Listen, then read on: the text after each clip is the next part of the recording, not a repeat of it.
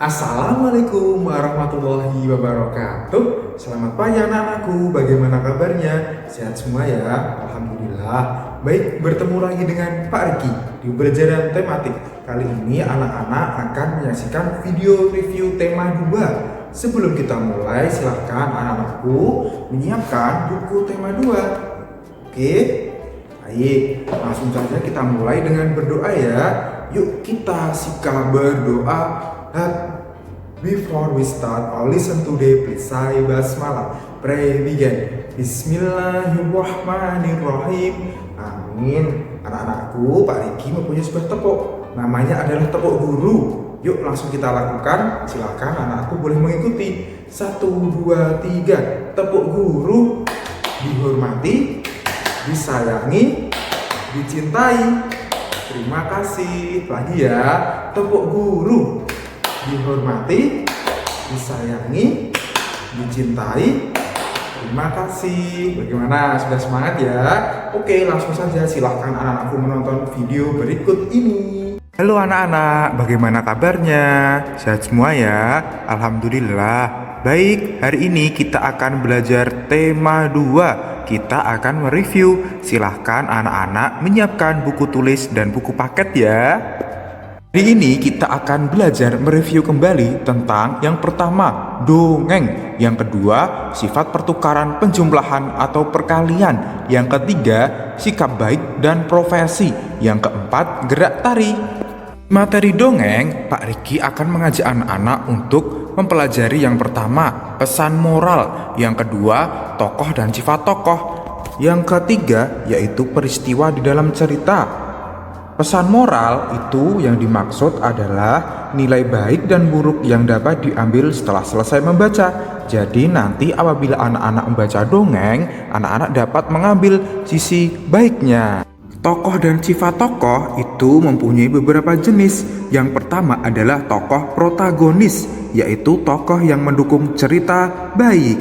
Yang kedua, tokoh antagonis, yaitu tokoh penentang cerita atau bisa dibilang dengan jahat. Yang ketiga ada lagi tokoh tritagonis, yaitu tokoh pembantu, baik untuk tokoh protagonis maupun tokoh antagonis. Selanjutnya yang ketiga ada peristiwa di dalam cerita. Nah, ini yang membuat cerita di dalam dongeng itu menarik. Misalnya kemarin ada cerita tentang kekompakan semut. Nah, konfliknya adalah ketika ada semut yang tertimpa oleh dahan pohon. Materi selanjutnya adalah wawancara. Wawancara adalah kegiatan yang bertujuan memperoleh informasi dari seseorang narasumber dengan cara memberikan pertanyaan. Yang pertama yaitu apa? Apa digunakan untuk menanyakan sebab? Di mana? Di mana digunakan untuk menanyakan tempat? Mengapa? Mengapa digunakan untuk menanyakan sebab akibat? Bagaimana digunakan untuk menanyakan cara atau proses? Kapan? Kapan digunakan untuk menanyakan waktu? Siapa? Siapa digunakan untuk menanyakan nama orang? Selanjutnya kita memasuki materi matematika, yaitu sifat pertukaran penjumlahan. Pak Riki sudah mempunyai angka, yaitu 120 ditambah 280. Hasilnya adalah 400. Begitu juga kalau kita balik, 280 ditambah 120. Hasilnya adalah 400 juga. Jadi 120 ditambah 280 sama dengan 280 ditambah 120. Selanjutnya adalah perkalian, hampir sama. 20 dikali 5 sama dengan 100. Begitu juga kita balik, 5 dikali 20 hasilnya 100. Jadi 20 dikali 5 sama dengan 5 dikali 20. Mudah sekali bukan? Selanjutnya materi sikap baik dan profesi. Pasti anak-anakku masih ingat ya kemarin yang diajarkan oleh materinya Pak Riki, yaitu sikap baik. Yang pertama, tolong menolong. Ayo, siapa yang sering ditolong temannya dan siapa yang sering menolong temannya? Pasti anak-anakku ya. Baik, sikap tolong menolong itu sangat mulia. Jadi kita harus saling tolong menolong. Sikap baik yang kedua yaitu bersyukur. Nah anak-anakku, ini harus kita lakukan setiap saat. Apabila kita mendapatkan rezeki yang banyak maupun sedikit, kita harus bersyukur. Pasti Allah akan memberikan yang lebih banyak lagi apabila kita selalu merasa cukup dan bersyukur. Sikap baik yang ketiga yaitu dermawan. Nah anak-anak, di tengah pandemi ini banyak sekali yang membutuhkan bantuan. Apa ya yang harus kita lakukan? Mungkin yang pertama adalah berdoa. Yang kedua, apabila anak-anakku mempunyai rezeki yang lebih, baik itu bisa bentuk makanan, pakaian, atau mungkin uang, itu bisa kita berikan kepada orang-orang yang membutuhkan. Nah, itu bisa disebut dengan dermawan. Sikap baik yang keempat yaitu patuh terhadap orang tua. Seperti apa ya? Yang pertama, bisa berdoa setelah melakukan sholat. Yang kedua, selalu berbakti kepada orang tua.